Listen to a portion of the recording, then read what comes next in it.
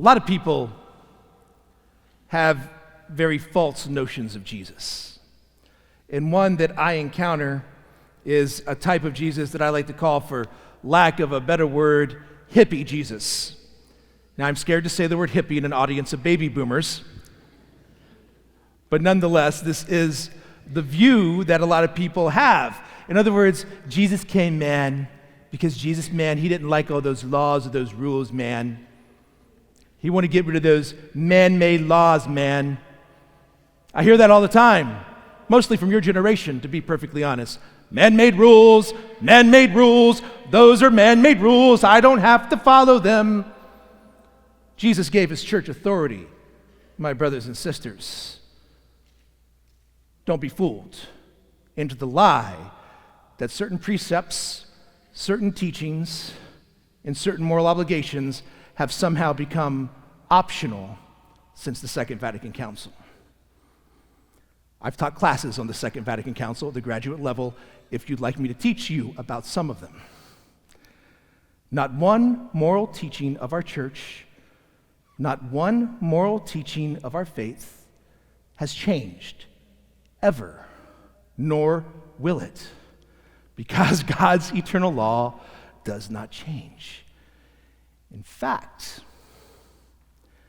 Jesus came to tell us not that the moral standard is lower, but that the moral standard has become higher.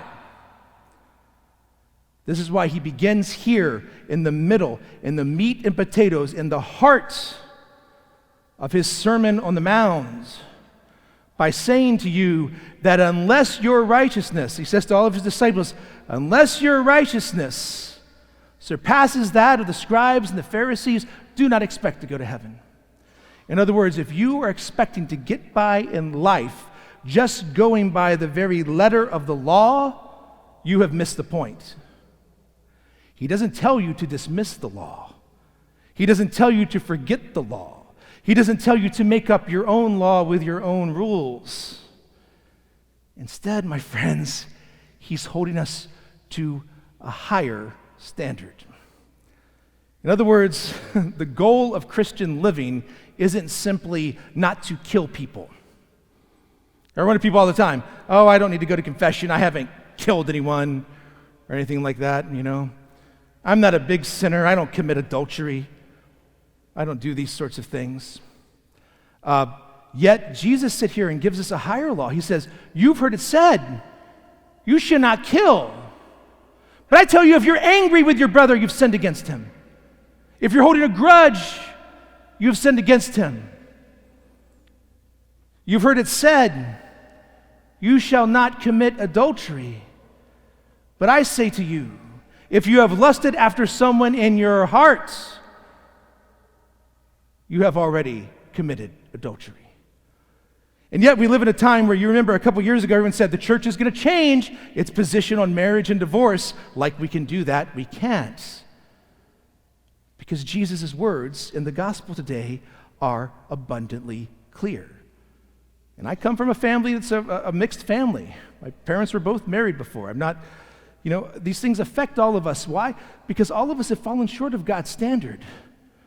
And this is what we have to understand, is that Jesus is trying to teach us the art of living. Could you imagine if we lived our life, so as to speak, as if the goal of driving was simply not to crash into anyone else? That's not the goal of driving. What's the goal of driving? To get to where you're going. You're not simply wandering around aimlessly, trying not to bump into someone else, trying not to kill anyone. Yet so many of us are living our lives like it's our goal in life simply not to kill anyone, not to hurt anyone. Our goal in life, my brothers and sisters, is to go to heaven, is to be with our God forever. And he calls us to sanctity. Because of that, all of us sin. All of us sin. All of us sin. Listen to me, all of us sin. Because we get to this point where we somehow think it's a terrible thing to admit that I've sinned. We don't want to say it. It's been drilled into our head that good religious people don't do anything wrong.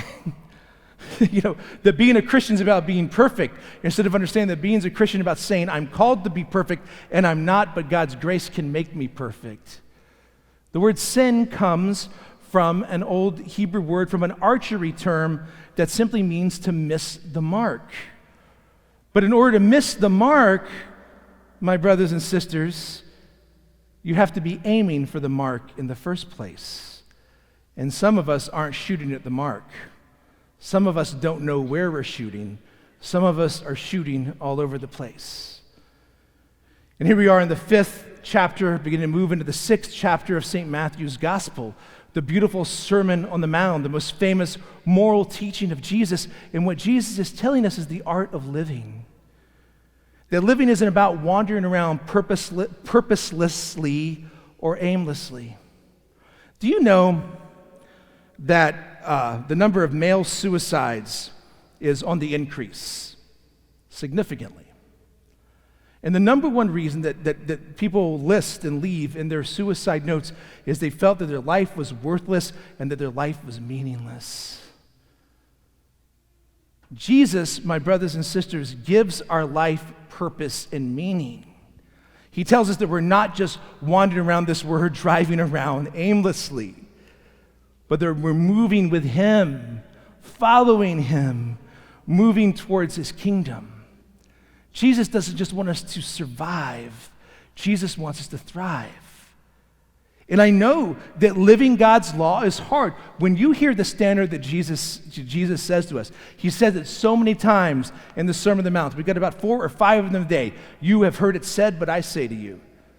And it's so funny because all the time, usually when it comes to sexual morality, right, people get upset with the church. Oh, when's the church going to lighten up? When's she going to change? On this issue. I don't ever hear anyone say that when they say, this whole love your enemies thing. When's the church going to lighten up on that one? And I don't know about you, but I find it much harder to love my enemies than to be obedient to the church's sexual morality. Much more difficult. Or Bishop Barron gave an example. He said, what about the just war theory?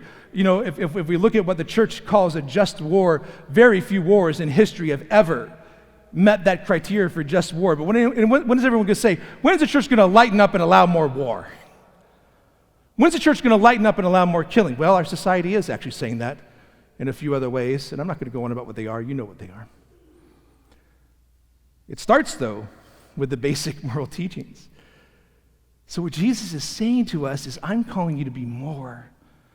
I'm calling you to be better. I'm calling you not to be accidental pieces of tissue that are taking up space, but to recognize your dignity, your value, and your worth as a child of God.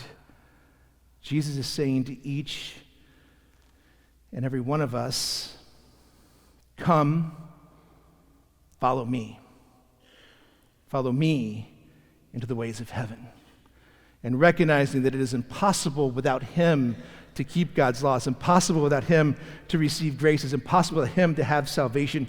He wants to pour out on us the gift of His Spirit, so that we live not as slaves of the law, but as children adopted by God, as heirs to His kingdom with Jesus Christ. So my dear brothers and sisters, as we celebrate the gift and the mystery and the beauty of this Eucharist, let's pray that the Lord pour His Spirit into our hearts, into our lives, and that He give us the grace to live the life that God is calling us to live, and to be the children of God that He is calling us to be. We're not wandering through this life aimlessly without purpose. We have a purpose. We have a goal. We have a destination. And that destination is to be with our God in His kingdom that alone has no end.